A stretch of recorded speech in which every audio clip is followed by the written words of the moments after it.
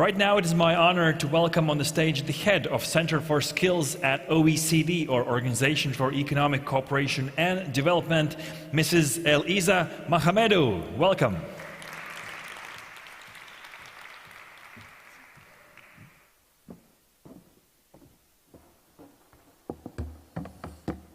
Good morning, everyone, and thank you very much for having us today. I think this is really, as was said several times this morning, an amazing opportunity to bring us all together to talk about this important topic. So I will take you through some of the insights we have throughout the OECD. Of course, structural changes are impacting skills needs, and we've heard quite a lot this morning around that. Populations are aging, and that means that people will have to upskill and reskill to invest in their skills. At the same time, this aging population means as well that there are demand for certain goods in particular and services in particular around personal care and healthcare. And of course, digitalization is also changing jobs. On average, across the OECD, occupations at the highest risk of automation reach about 28% of employment. And this is a higher estimate than we have had a few years ago, which was at about 14%. And 32% of jobs can see significant changes also due to automation. But research has really shown that the total impact of this type of automation is positive. More jobs are expected to be created than there are jobs that are disappearing due to automation. Of course, the green transition, European Commission has mentioned it, is also changing the skills needs as employers are adopting greener production methods, and also individuals are changing their consuming patterns. But these new jobs, all of them, will require a different skill set. And what we see, for instance, is that about 50% of employment is in digital intensive sectors.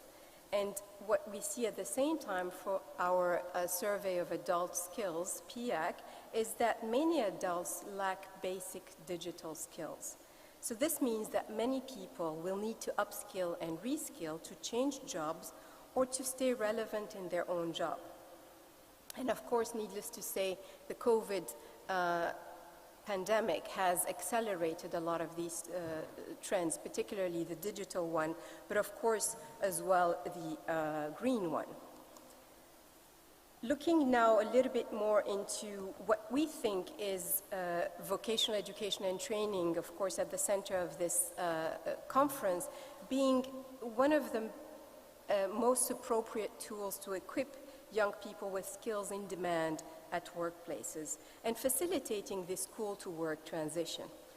Close to the OECD average, Latvia, nearly 3 out of 10 25 to 34-year-olds have a VET qualification as their highest level of attainment. But one of the issues is that we are still at very low rates of enrollment when it comes to VET. Several reasons for that: the VET programs themselves, the parity of esteem, the lack of pathways between the different education systems. When we look, though, however, at the share of upper secondary vocational students enrolled in combined school and work-based programs, that's the x-axis, this represents the percentage of students in a given country who are enrolled in VET programs that combine both classroom and practice-oriented work-based learning. And it really shows that these programs actually have very good labor market outcomes. And it's really a measure of how, if we manage to work on the attractiveness of these programs, we can manage to really show a little bit more of what these programs actually bring to the people who go into them. And Latvia actually stands quite well because of the setup of its own program. And in some countries, actually, the work-based learning is extensively used, but in some others, and quite a few still, it's not still very much school-based oriented. So one of the issues, however, that we see is we are constantly talking about upskilling and reskilling, and what that means is that people will need to go into training. But what we see, however, is that most people do not participate in adult learning. And the percentage of 25 to 65-year-olds who reported having participated in at least one form of formal or non-formal adult learning opportunity in the 12 months preceding the interview is quite low. In many OECD countries, the data from our PIAC survey as well is that only 2 in 5 adults actually participate in these programs.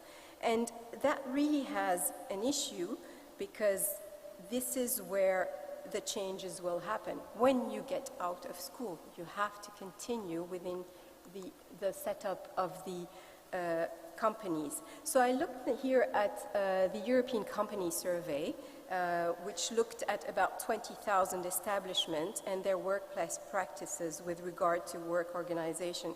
And what you see, unfortunately, is that a lot of the companies don't actually allocate the time for this training. And that is really an issue if we are calling for more upskilling and reskilling. Looking here as well into the lack of employer-sponsored training on basic digital skills, recall the first slide where we saw it was quite low in the OECD, is a particular problem from a policy perspective because it coincides with low levels of basic digital skills compared to some of the other countries, particularly here. In Latvia, only 48% of the labor force has basic digital skills compared to the EU average of 64%. And this is problematic as insufficient digital skills currently limit the capacity of Latvian firms to make the best use of available technologies. So this is all not. There are quite a few skills where, of course, some of the training really needs to look into. Latvian enterprises offer less training on general IT skills, management skills, and teamwork skills compared to companies in Estonia, Lithuania, and across the EU. So the share of enterprises providing professional IT skills is limited compared to the neighboring countries and slightly above the EU average. And this really means that most of the training within the Latvian companies is very much focused on job-specific and technical skills. So what we know is the skills for the future. What does that mean in terms of the today and tomorrow's workers? The future of skills is really a combination of all of these skills, from the foundational skills to the transversal cognitive and metacognitive skills, the social and emotional skills, the professional and technical skills, but it's really the skill set combined that will be the most useful in the future rather than distinct skill sets that are acquired. Because, for instance, professional and technical skills, knowledge and skills cannot be acquired without foundational skills. And social and emotional skills are not only needed in the professional world, but also continuously developed throughout life. So, in summary, really for us, as we grapple with the profound impact of the megatrends like the digitalization, the green transition, the aging societies, we really must embrace vocational education and training. VET equips us with practical skills aligned with these evolving needs. And it's essential to recognize that where this work is done, increasing enrollment and expanding VET programs, making them more future ready, is really the way to make them more attractive. And of course, a setting as this one today, bringing us together to discuss this, is really the start for us of a lot of upcoming programs, hopefully. Thank you very much.